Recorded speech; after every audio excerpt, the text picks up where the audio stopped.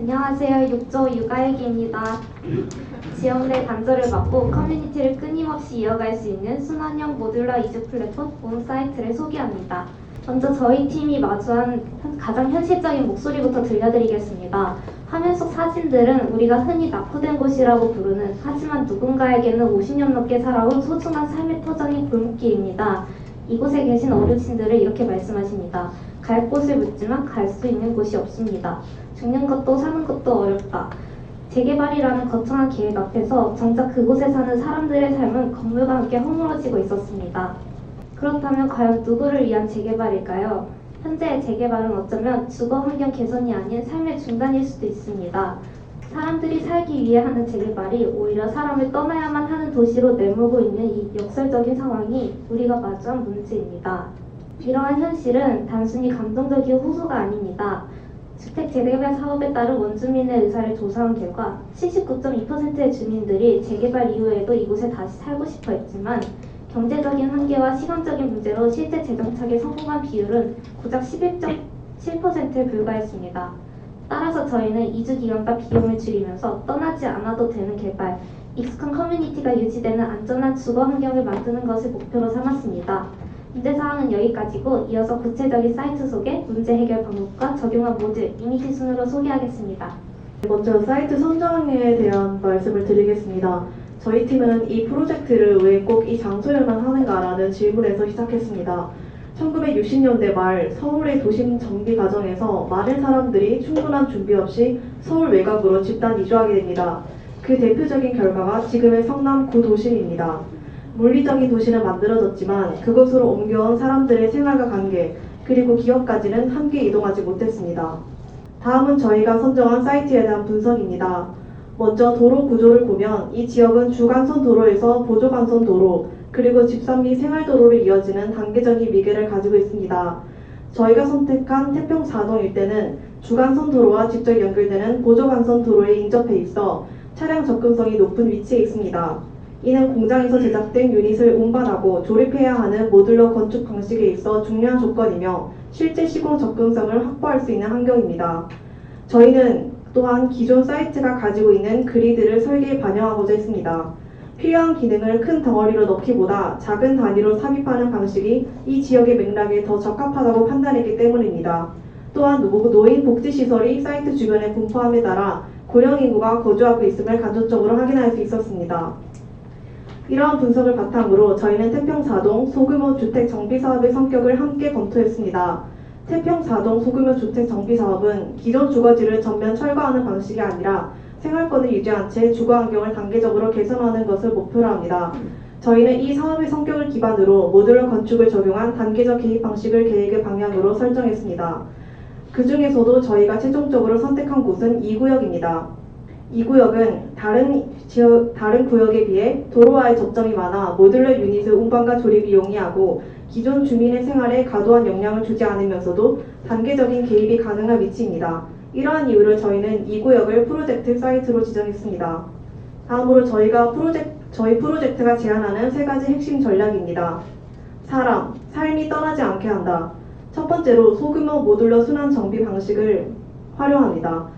원주민들이 삶의 터전을 떠나지 않고도 주거 환경을 개선할 수 있는 구조를 설계하여 마을 고유의 커뮤니티가 해체되지 않도록 원형 그대로 보존합니다. 두 번째로는 필지 단위의 모듈러 취환입니다. 대규모 블록 개발 방식 대신 기존 필지 단위의 모듈러 취환을 진행합니다. 이를 통해 도시 조직을 유지하는 동시에 낙후된 노후 인프라를 현대적인 시스템으로 정밀하게 갱신합니다. 마지막 세 번째로 OSC 기반 모듈러 공법 도입입니다. 공장 제작 방식인 OSC 기반 모듈러 공법을 채택하여 현장 시공 기간을 획기적으로 단축합니다. 따라서 도심지 공사의 고질적인 문제인 소음과 분진 피해를 최소화하고 순환 이주 사이클을 빠르게 회전시켜 사업의 효율성을 극대화합니다. 수업 분석을 통해 다음과 같이 구체적인 실행 전략을 수립했습니다. 첫째, 모듈러 공법을 적극 활용하여 공정의 80%를 공장에서 해결하고 이러한 OSC의 속도를 활용해 재개발의 고질적인 문제인 긴 이주 기간 획기적으로 줄여 바꾸는 관문 개방 전략입니다. 가장 큰 위협인 좁은 골목길의 물류 제약을 해결하기 위해 저희는 개발의 우선순위를 전략적으로 설정했습니다. 저희는 좁은 골목 안쪽이 아닌 큰 도로와 인접한 대지를 최우선 사업지로 선정했습니다. 이 우선 대장지를 개발하면서 협소했던 진입도로를 함께 정비하고 확장합니다. 입구를 먼저 넓혀 물리의 길을 확보하는 것입니다. 이렇게 확보된 도로 인프라를 통해 향후 진행될 안쪽 구역의 공사 차량 진입과 모듈 운송이 용이해집니다. 즉, 큰 도로변에서 시작해 안쪽으로 파생되어 나가는 효율적인 재개발 흐름을 만드는 것입니다. 마지막으로 늘어나는 전체 사업 기간은 공장 제작의 극대화와 병렬 프로세스를 해결하여 주민 개개인이 겪는 이주 고통을 최소화하고자 하였습니다. 이 방식을 활용한 시간적 시나리오입니다. 기존의 방식은 주민들을 멀리 내보내어 평균 4년 9개월이라는 긴 시간을 통째로 이주한 다음에 복귀하는 방식이었습니다. 이를 해결하기 위해 순환형 재개발 방식이 실현되고 있지만 이주민들을 수용하기 어려워 타지로 멀리 이동해야 된다는 공통적인 문제점이 발견되었습니다. 그렇지만 순환형 재개발 방식은 확실히 평균 이주 기간을 단축시키는 것을 확인할 수 있었습니다. 저희는 이에 더 소규모 대지를 토대로 파생되며 동시에 모듈 하우징 공법을 도입시켰습니다. 큰 길에서 시작해 골목 안쪽까지 물리의 길을 열어주며 진행하기에 공사 난이도를 낮추고 속도를 높일 수 있습니다.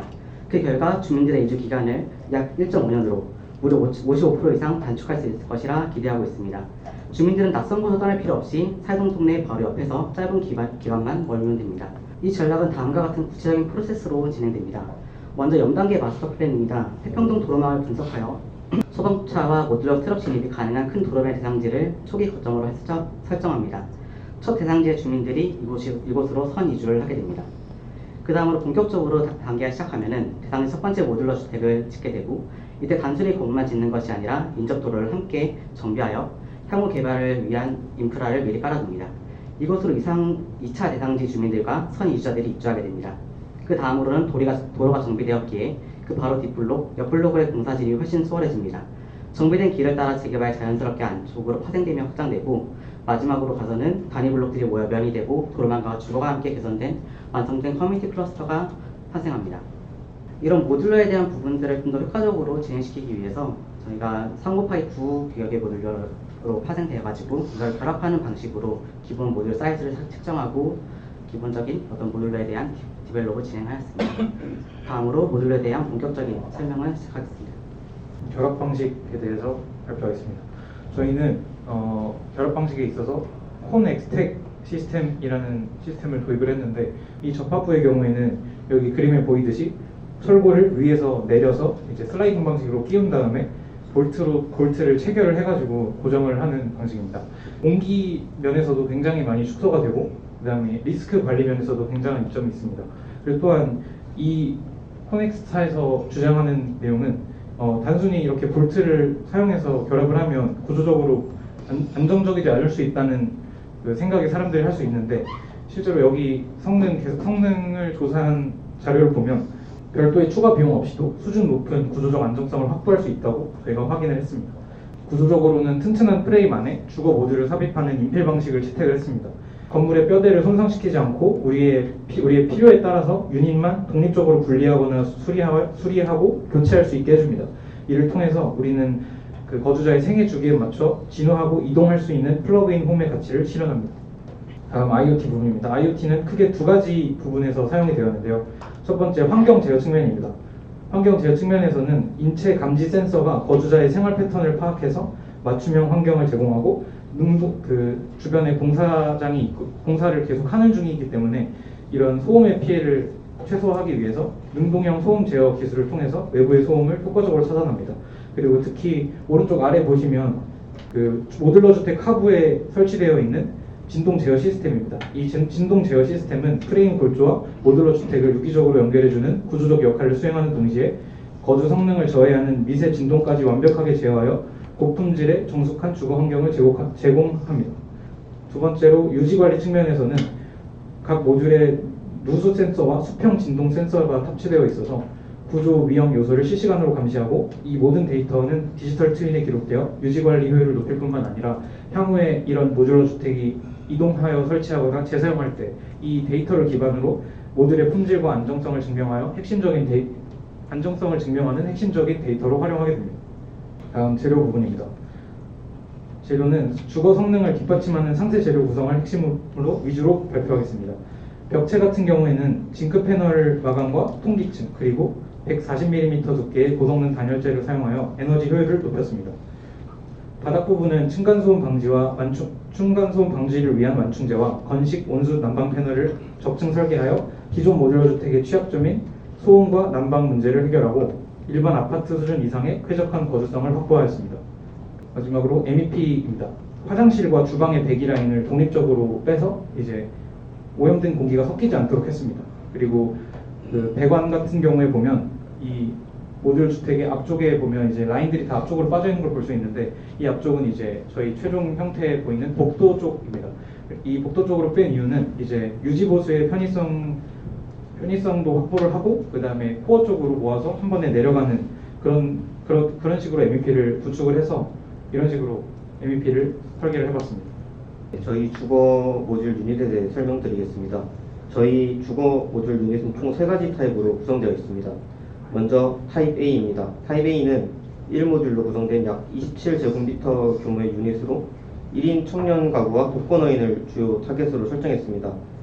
이 타입 같은 경우는 최소 면적이지만 발코니와 외부 공간과의 연결을 통해 주거의 확장성을 확보하고자 했습니다. 다음으로 타입 B입니다. 타입 B는 약 2배 규모인 54제곱미터 정도 규모의 유닛으로 거실과 침실이 분리된 투룸 정도 규모의 구조이고 베리어 프리 설계가 적용된 평면입니다.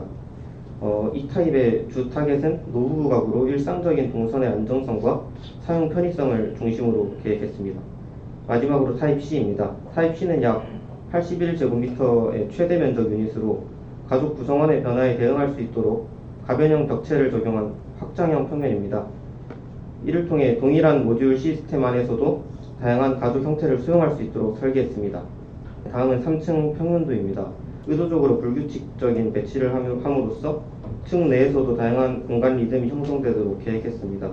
그리고 유닛 사이에는 소규모 라운지 공간을 배치해서 복도 공간이 단순한 이동 공간이 아니라 거주자 간의 완충적 커뮤니티 공간으로도 기능하도록 했습니다. 다음은 인면 디자인입니다.